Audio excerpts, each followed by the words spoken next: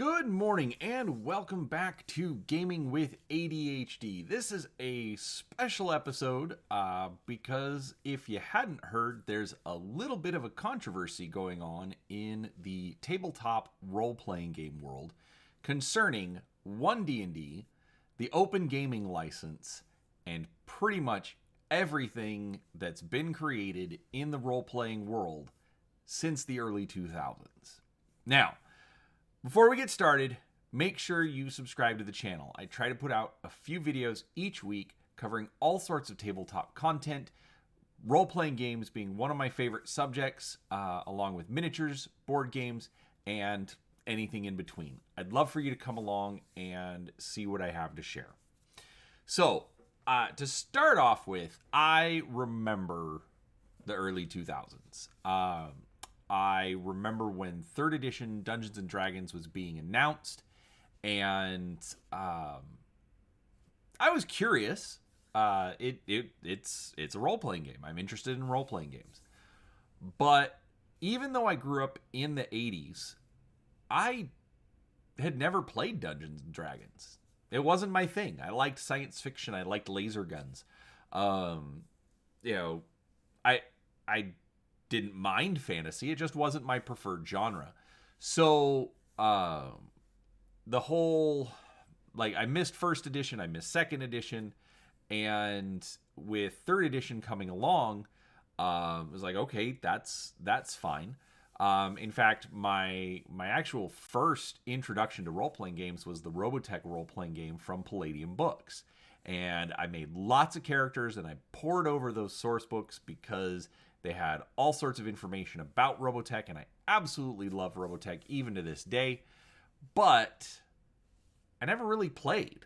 Didn't have any friends, didn't really understand the concept. So I just kept buying books and enjoying it. So around 2000, or actually I should say the late 90s, 98, 99, I had been purchasing the Star Trek role-playing game from Last Unicorn Games. Long since gone. But I absolutely loved it. And I loved it for the same reasons that I loved Robotech. It was lots of information, lots of background about Star Trek, and I was an absolute massive Star Trek fan. Now, just before Dungeons & Dragons 3rd edition came out, Wizards of the Coast bought Last Unicorn Games. And essentially, they announced that they were going to take Star Trek and they were going to convert it over to this new, what they were calling at the time the D20 system. And I was angry about that. I didn't want anything to do with it. And, I was mad.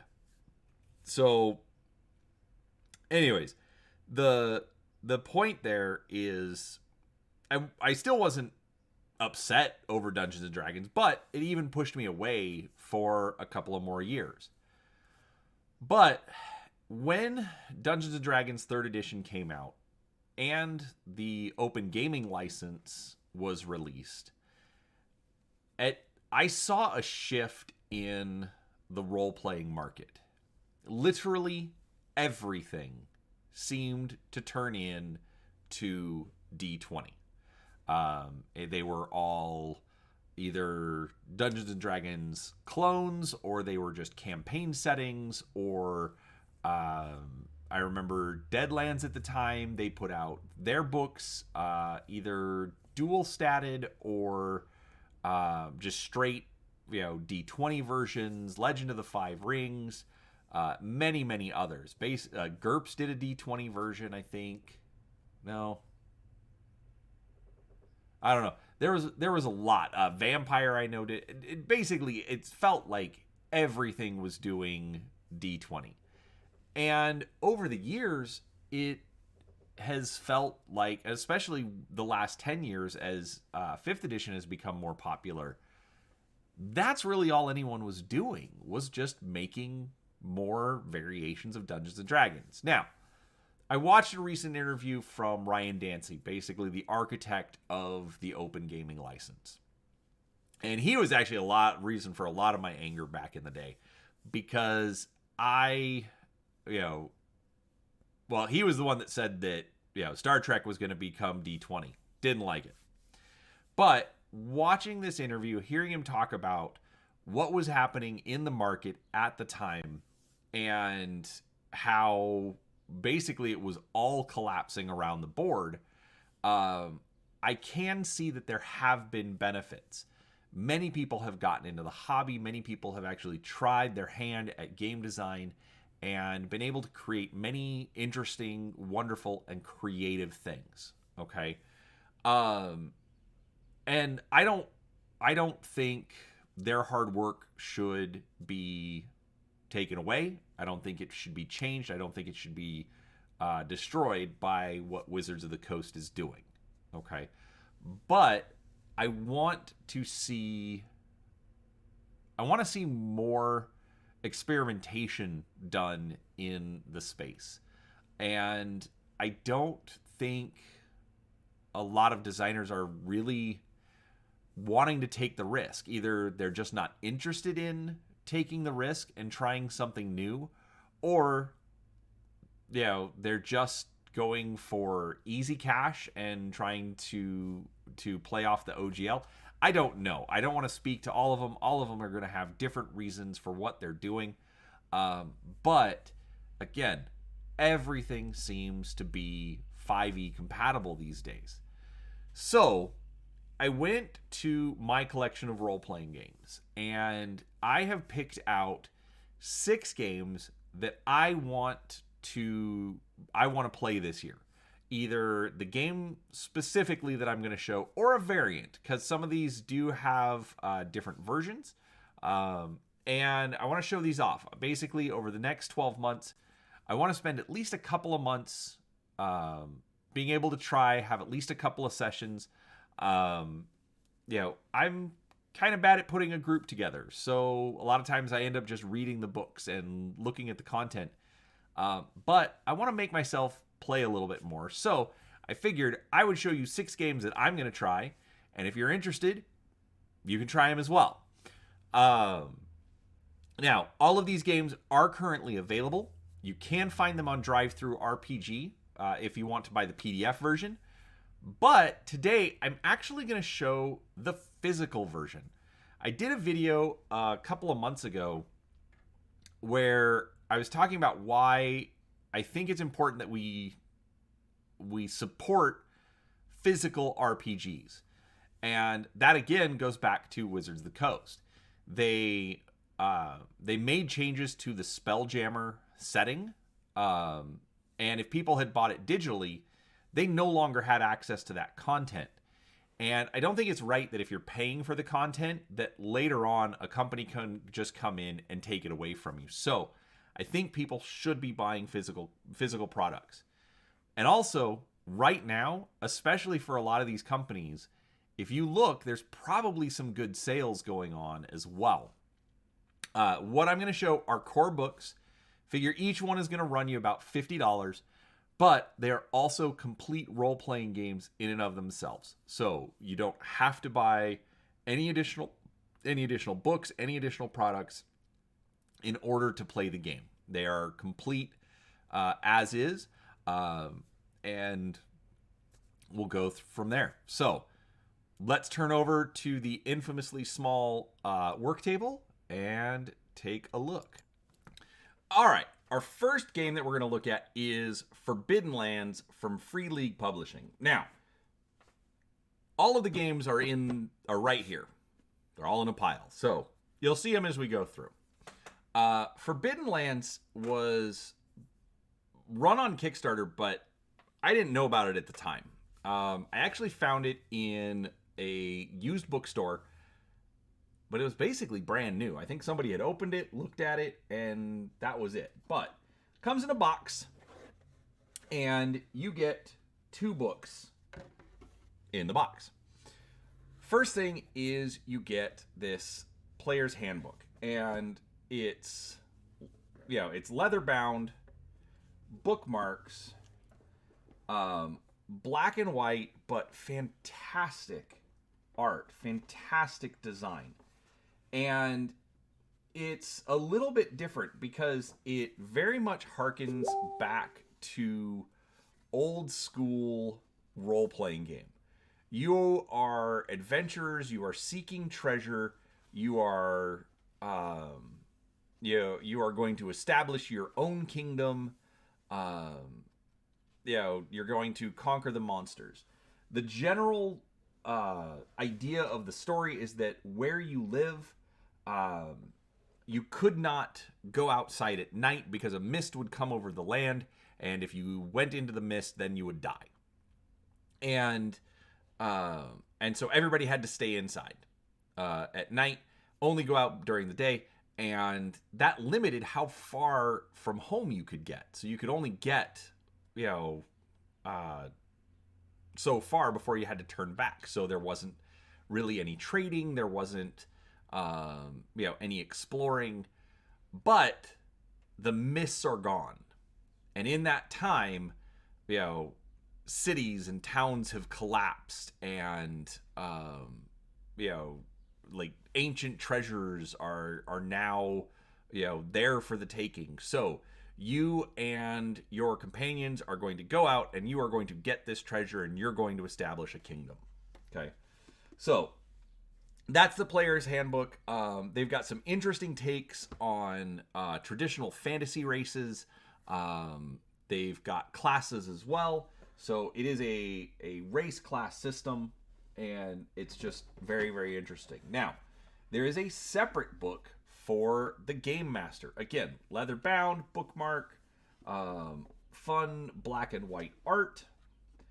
But this gives you adventures, this gives you stories, encounters that you can go through, and it also gives you more background. There's secrets that the players don't necessarily know, and so they give you a bunch of that information. Now, I remember back in the old days, the role-playing books, you'd have a big section for the players, and then you'd have a separate section for the GM, and the GM section would be, players, stay out of this. And so same kind of deal here, but you do get this in the same box. Now, keep in mind, like I said, all of this stuff is going to run you about $50. So you get both of these books in the box, and there's a couple more things that I am going to show you here in just a moment. I just wanted to kind of flip through the content so you can kind of get an idea of the art and stuff. But there's, you're getting, like, the 2 books alone, I think is worth it. Okay. And at least at the time of this recording, so do not quote me past the time of this recording, Free League on their website does have this core set going for like $30. So, like I said, everybody's kind of taking advantage of this, so go save yourself some money. All right, there's also, this booklet, Legends and Adventurers. So basically just helps you flesh out your character, add in some extra background and story and stuff like that. So it's just a whole bunch of random tables, which in old school role playing, tables upon tables upon tables after so many tables everywhere. It's a booklet of tables for your character. So you get 3 books out of it. Well, 2 books in a booklet. Then the last thing, you get a map. Now, this is a hex map. Now, I never did what's called a hex crawl, but basically in the hex crawl, you kind of like in the map, you can see very lightly, you can see the hexes here. So we've got our rivers, and there's a town there, and we've got a swamp and a lake and stuff. But as you go through the hex crawl, maybe the GM says, "Oh, well, here there's a tomb infested by a lich," and so what they actually do is they give you stickers. And let's be honest, because we're all kind of kids at heart, who doesn't love stickers?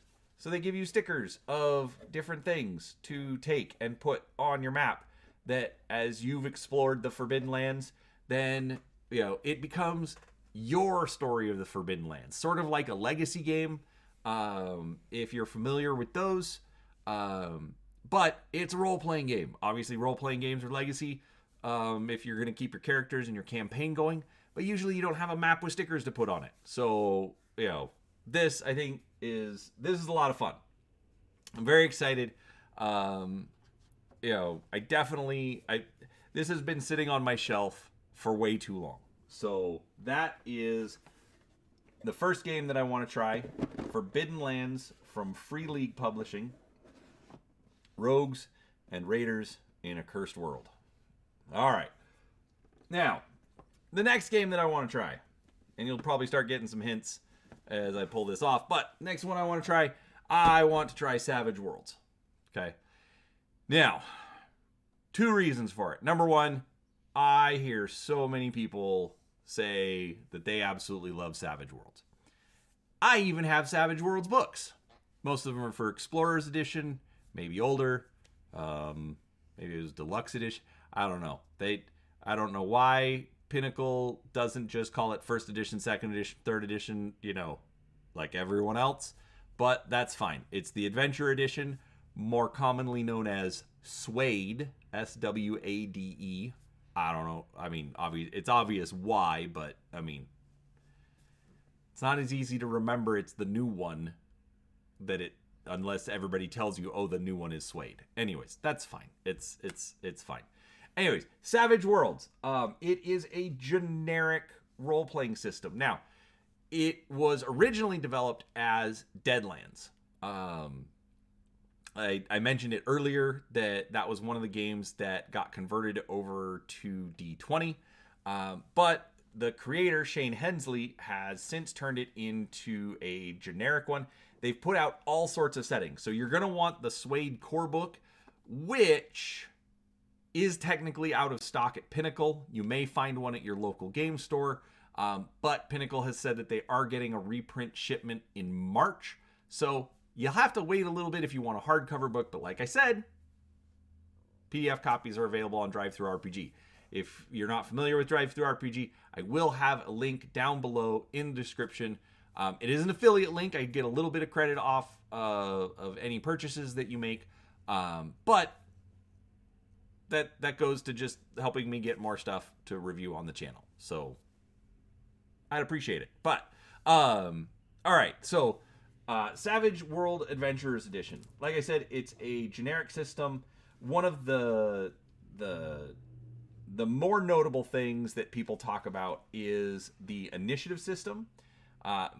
In Dungeons and Dragons, in D20, you're going to roll a 20-sided dice, add your initiative bonus, which is usually your dex bonus, and then whoever has the highest number, they get to act first in the turn. Well, in Savage Worlds, you're going to get dealt a card from a deck, and from that card, that's going to determine what order you go in. So again, I don't remember it off the top of my head because I'm bad at being a role player, but where is it? Oh, come on. It shouldn't be this hard to find.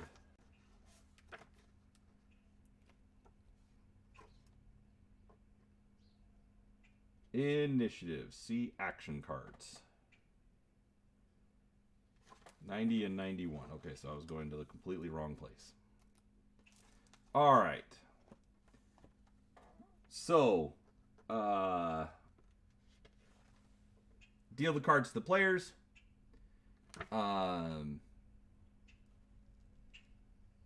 Once the cards are dealt, the game master starts the round by counting down from ace down to 2. So ace is high. With each group resolving its actions when its card comes up. So, basically, you're going to go in number order, and if there's a tie, then it's spades, hearts, diamonds, and clubs. Okay, there are 2 jokers, and jokers get to go wherever they want in a round. So it's a little different, but it's a random mechanic. Some people don't like it. Max, if you're watching this, I know you don't like it. That's fine. Some people don't mind. I don't mind. It's just a different way to randomize it. So that's one thing that frustrated me about the D20 system it took a lot of that creativity, the ingenuity, people trying to come up with different ideas. Does something work better away? And I think that like having some of that is good. So that's one of the big things with Savage Worlds. They also use what are called bennies, or benefits. Basically, it's a token that your game master will give to you to represent like you did something cool, and so here's a reward, and so you can cash it in for bonuses, either bonus dice, rerolls. Let's see. Let's read straight from the book since I just happened to hit the page. Bennies are discarded at the end of each session. Use them or lose them. Using bennies. Reroll a trait. Recover from shaken. Soak rolls. Basically preventing wounds. Draw a new action card. Reroll damage. Regain power points. Or influence the story. I believe for the Rifts version of Savage Worlds, that influence the story, you can use you can cash in your Benny to kind of go out in a blaze of glory. So you get to tell, like, if your character's gonna die, then you get to have a little bit more influence to that. So so basically it's a little give and take between the game master and the players, because game masters, they can end up with bennies, players ends up with bennies, and so there's just some back and forth on that. And again, throws in a little bit different randomization as opposed to just dice rolls, but it gets players a little bit more involved in helping to craft the story at the table. So with Savage Worlds, they have a superpower setting, they have a fantasy setting, they have obviously the Old West and Deadlands as a setting. Deadlands is fun. It's zombies versus cowboys, looking for demon possessed coal is a simple answer.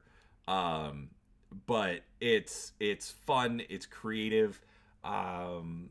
Shane Hensley is a big fan of Old West stuff, and so it is if you've ever met Shane, Deadlands is absolutely his game. And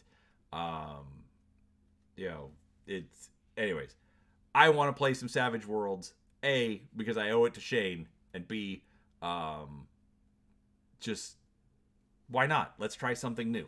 So let's give Savage Worlds a try.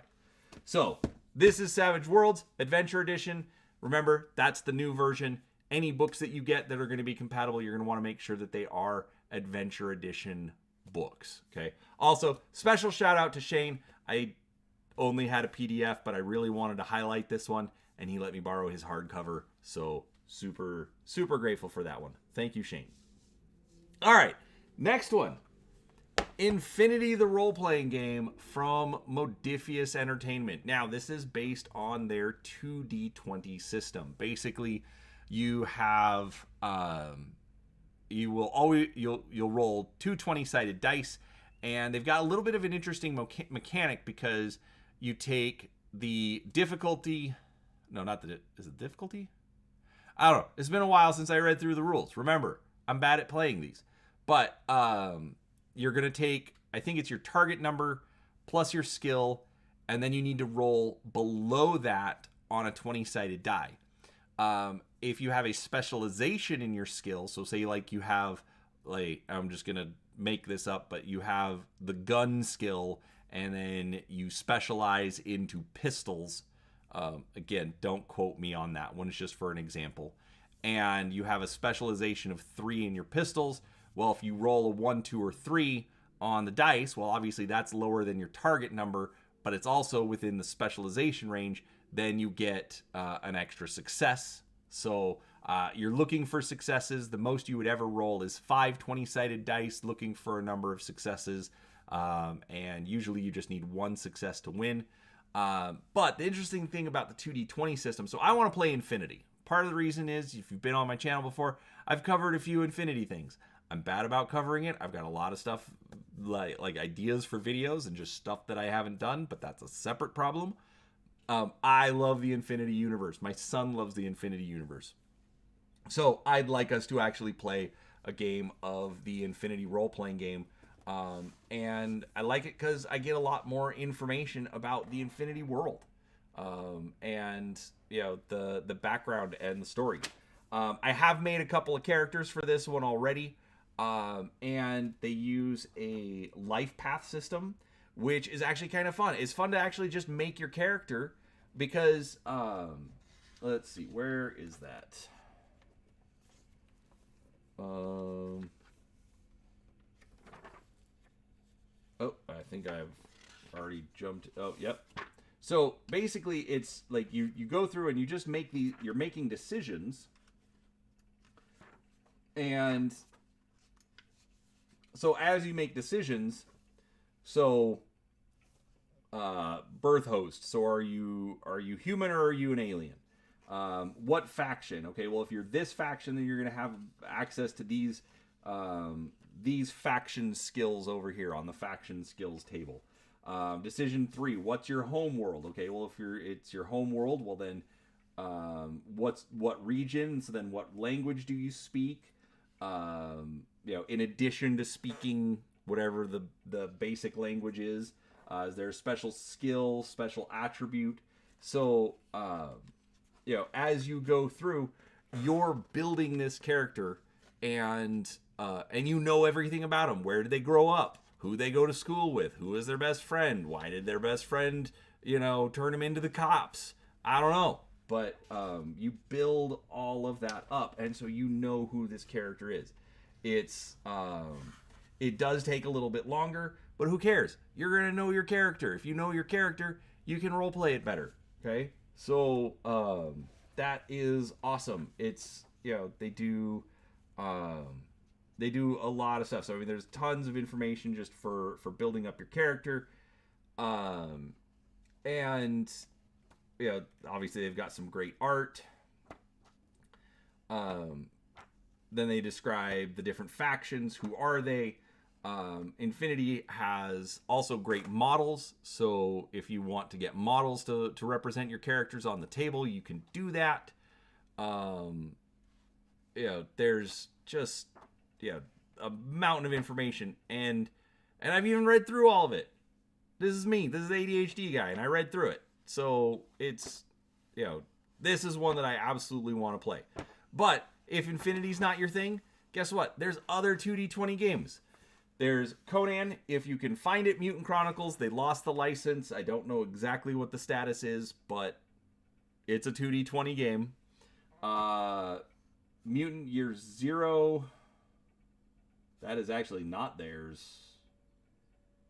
That's Free League, and that uses a different system. All right, this is a horrible picture to use because it mixes some. They do some publishing for some other, like some printing for some other companies as well. Anyways, they've got Infinity, they've got Conan, they've got Mutant Chronicles, they've got Star Trek, they've got Fallout, they've got Dune. If you want to play a 2D20 game, there are options for you. You know, there's something for you to play. Fantasy, science fiction, lots of science fiction. I love science fiction. So, you know, again, go check it out. The PDFs are available. Hardback books are available. So, you know, one thing I will say, they do focus a lot on licensed properties. So that is one to be a little bit careful of, because if they let the license go, then maybe your collection's going to be incomplete. I don't know. But, all right, next one. Renegade Games G.I. Joe role-playing game. All right. Again, I grew up in the 80s. Okay. I absolutely adored G.I. Joe. G.I. Joe was absolutely fantastic. I still love it to this day. I work nights for my normal job, and in the middle of the night, I'm flipping through YouTube, and there's a Hasbro official channel. Okay, yes, I realize it comes back to Hasbro, but that's a separate story. for G.I. Joe. And they're just playing the old 80s G.I. Joe cartoons. And they're not horrible. I was kind of surprised. So, needless to say, very excited when I saw that this was coming out. The art styling is based a bit more off of the Classified series. So, that was a little disappointing. But I will also be doing a full review. This is going to be a quick run through. I've actually read through all this book. That's why it is kind of frustrating that I haven't done the review yet. Oh, that's what it was. My external hard drive died, and that's where I have the file. So I need to try and get that one back. All right. Anyways, G.I. Joe, the role-playing game. Renegade Game Studios. They called it the Essence 20 role-playing system. So this, I was actually kind of shocked. Now, this is another Life Pass system. Now, why did they go with a Life Pass system? Okay, if you were a child of the 80s, okay, every single G.I. Joe figure came with a file card. And the file card told you who they were, where they were born, and then it had like background information. What was their job in the army? What did or in the military? What did they do? Just here's background so that you know who this guy was, or girl, or lady, woman, whatever. And maybe a quote from them or a quote from somebody about them. Anyways, one thing I absolutely love about this book, they give like just a mountain of G.I. Joe characters that even as a fan I have never heard of. So even if you just want it just to look at some of the G.I. Joe history and the story, this is great. Like they've got Admiral Keelhaul, the figure that came with the aircraft carrier, Airborne, Alpine, Airtight, Ace. Oh, loved Ace. I had a Sky Striker as a kid. I loved it. Hey, look, it's Beachhead. But yeah, so then it just kind of goes through. Also, it just kind of gives you an idea of who they are. What's their job? What's their job at headquarters? Apparently, Jinx, who's a ninja, is also really good at accounting because she's the finance clerk. So all sorts of just information there. Now, character creation, like I said, it's a life path. And I actually like what they did because the way that the way you go through to build a character, what was it? So basically you pick your influences. What was it?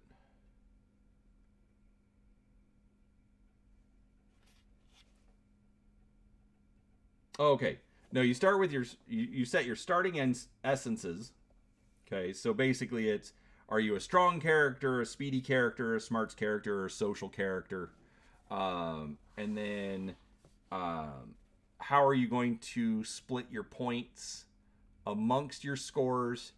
And then what skills are you going to gain based on that? And then your influences, so that's going to be like a childhood influence, a job influence, backgrounds. And one thing that's kind of interesting is you have to pick one influence, but you can pick more.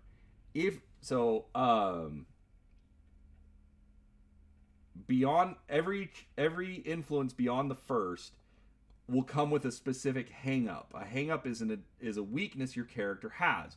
Don't worry about having hang-ups. It's fun to play flawed and complicated characters, which I love that.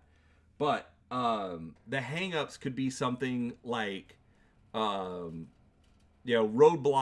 Roadblock is a chef. Okay, big machine gunner guy. Well, if he's cooking, he's easily distracted.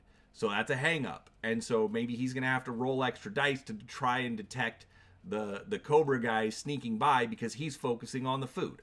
I don't know. But there's lots of just these little things, again, to help you build these G.I. Joe characters that feel like they come out of G.I. Joe. Absolutely loved it. You then pick an origin. Origin basically being what branch of the military are you coming from?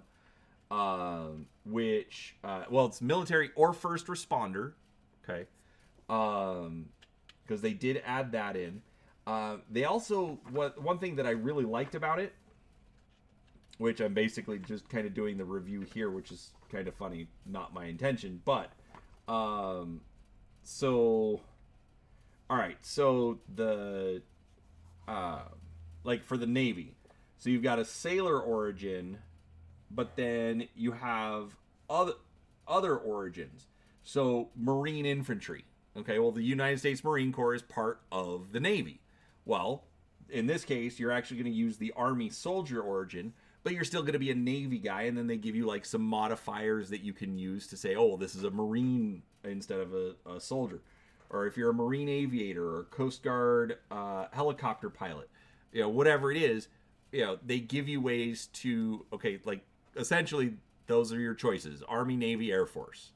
Okay, well, how can you modify them to make the character you want to play? So they actually give you all that information. It's fantastic. And then you have your role, and that's commando, so Snake Eyes, officer, ranger, renegade, technician, and vanguard. And basically, like, it's, for lack of a better way to put it, it's a class. But the way that you're building your characters, no roles are going to end up being the same as anyone else. So it's got a really, really cool character creation mechanic. So with that, I mean, lots of background, lots of examples. Like, they give examples, so like the technician, Airtight Lifeline, Ashiko, Sci-Fi Mainframe, and Mirage. There's different types of specializations. Overall, I mean, this is a fantastically well put together game. I just haven't tried playing it, and but they do give you all the vehicles. Oh, they give you rules for pets. You want to make Shipwreck with Polly, you can absolutely do it. And that, I think, is fantastic. Or Junkyard, or Mutton Junkyard. Junkyard's the dog, by the way. And, but then they give you different locations. They give you different Cobra bad guys. So they don't list out all the Joes outside of that front section that just gives you a little bit of information about them. Because, again, you're supposed to be the Joes. You're supposed to be the heroes. So, but it's full of great-looking art. It looks like a very, very solid, very well-put-together system. And I just want to play some G.I. Joes. Who wants to play some G.I. Joes? Let me know down in the comments. All right. Anyways, so they also give you then a small little mission to play in the end. Basically, that'll take you through first level. Yes, it is a level-based game, but it's fine. I even like the leveling, but I'm gonna save that for the actual review. So that's the fourth game that I want to try this year. The G.I. Joe role-playing game. All right. Shadowrun 6th World. If you have been here before, you know that I have covered a lot of Shadowrun books. Time to come clean. I haven't played a lot of Shadowrun 6th World. I'm not a good game master. It's really hard to find a game master when you want to play with your friends, but you're kind of the only one interested. I admit it. That's my fault. But this year I'm gonna try a couple of things. So, but regardless, Shadowrun 6th World, I need to play more of this. I like the setting. I absolutely love the setting. And I like Jason Hardy. He's a Shadowrun line developer. Don't care what you say, he's a fantastic person. and you know, I want to play his game. I've gotten to have he's actually run a game for me before. Like it was at Gen Con a couple of years ago, and we were just sitting in the lobby of the hotel, and we played, and we totally screwed up the mission, but it was fun. It was so much fun, and it was quick, and it was clean. I really, really liked, how the system worked. Now, one thing to keep in mind: this is not the current edition of the book. It is technically current, but there is a newer version. They've printed in the errata. They added a small section about Seattle in the back. But Sixth World is still the current edition. Okay? So, whether it's this book, whether it's the Seattle edition core rulebook, it's still Shadowrun Sixth World. So you're fine. I can't buy a second core rulebook. Nope, not doing it. Anyways, but lots of fun. They've got tons of supplements out. They've got the expanded rules for look at this art. They've got some great artists working on Shadowrun. Anyways, they've got a lot of good supplements. They've got the combat supplement, the rigor supplement, the Decker supplement, the magic supplement. Trying to think if I'm missing any. I think there's like one or two that they've still got left to do. But regardless, there's more than just the core rulebook. Most everything will run you $20 in PDF at DriveThruRPG. But, again,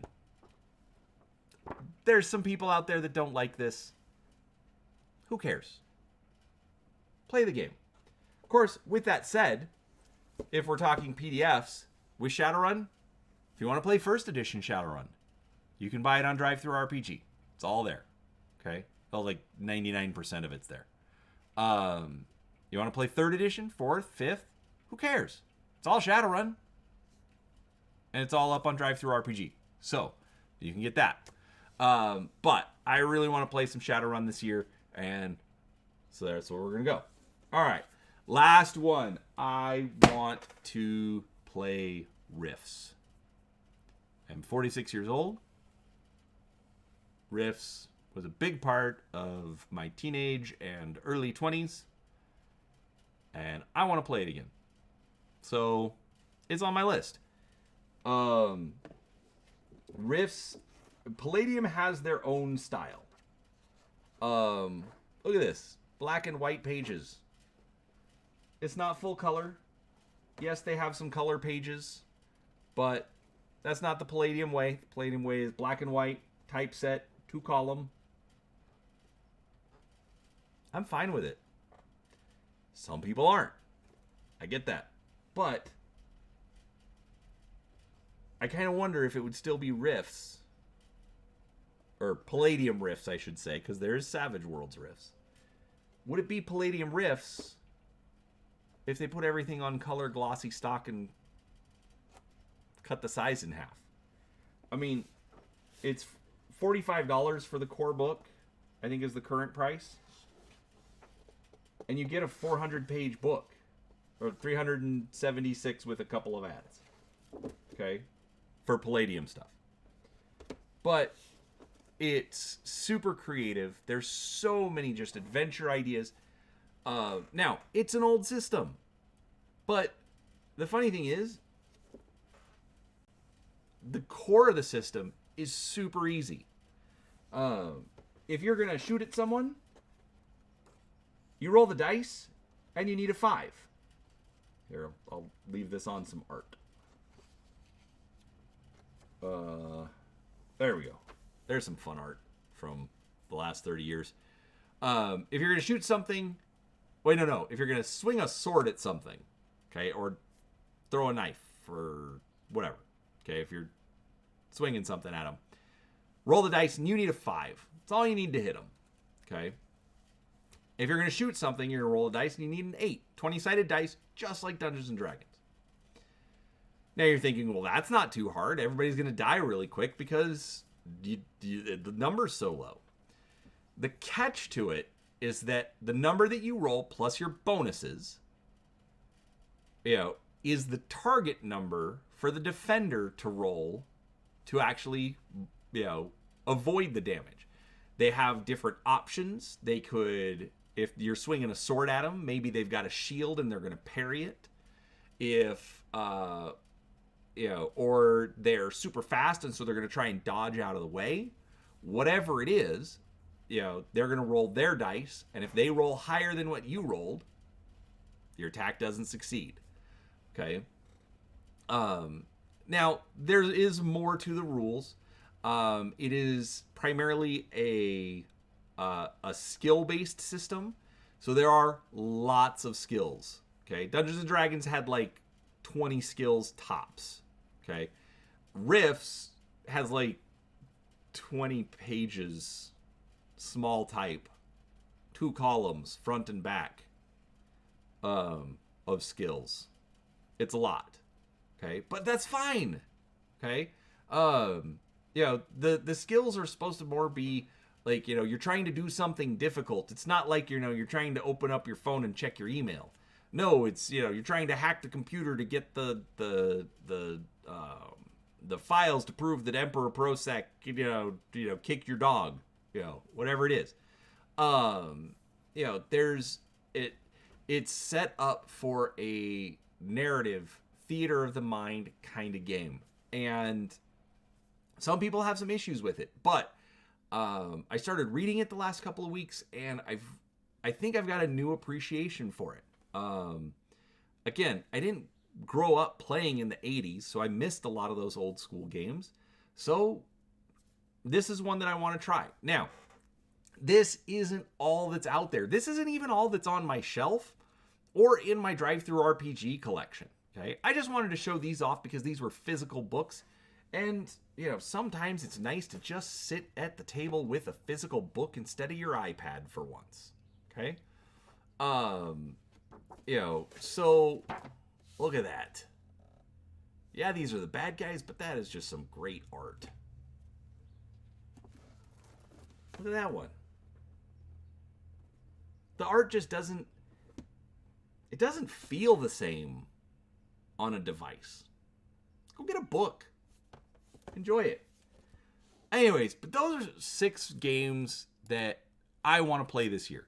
I don't know how I'm going to do it. I don't know if I'm going to have to do it online, or if I'm going to be able to talk some of my friends into doing it. But I'm going to try. I'm going to have some fun with it. But regardless, I hope you enjoyed the video. Okay? Role-playing is about fun, getting to the table, hanging out with your friends. Okay? Put the cares of the world away for a few hours. Enjoy each other's company. Okay? Doesn't matter who it is. If they're your friends, you want to be there. Okay? That's one of the reasons that I've had such difficulty role-playing. I realize I could make new friends, but at 46 years old, sometimes you just want to sit in your house. So I've wanted to play with my friends, and I think I can do it this year. At least I'm going to try. And so what are you going to do? What games are you going to play? Okay. Is one of my decisions wrong? Or one of my choices? Okay. What are your choices? I'd actually love to know what you're going to play. What are you going to play this year with your friends at the table? With a book. Go get a book. Anyways, that is my rant. I have kept you guys here for so long. Thank you so much for watching. I do appreciate it. Okay. Remember, there's a link down below to DriveThruRPG. All of these books are available on DriveThruRPG. Okay. Usually some good prices. It is the beginning of the year still. There's new year, new game sales going on. There's everything going on with, Wizards of the Coast and the open gaming license. People are trying to take advantage of it. Maybe you're just going to get some extra 5th edition stuff. That's fine. Get the game you like, sit down, and play. Maybe try something new. Regardless, whatever you do, I hope you have a wonderful day.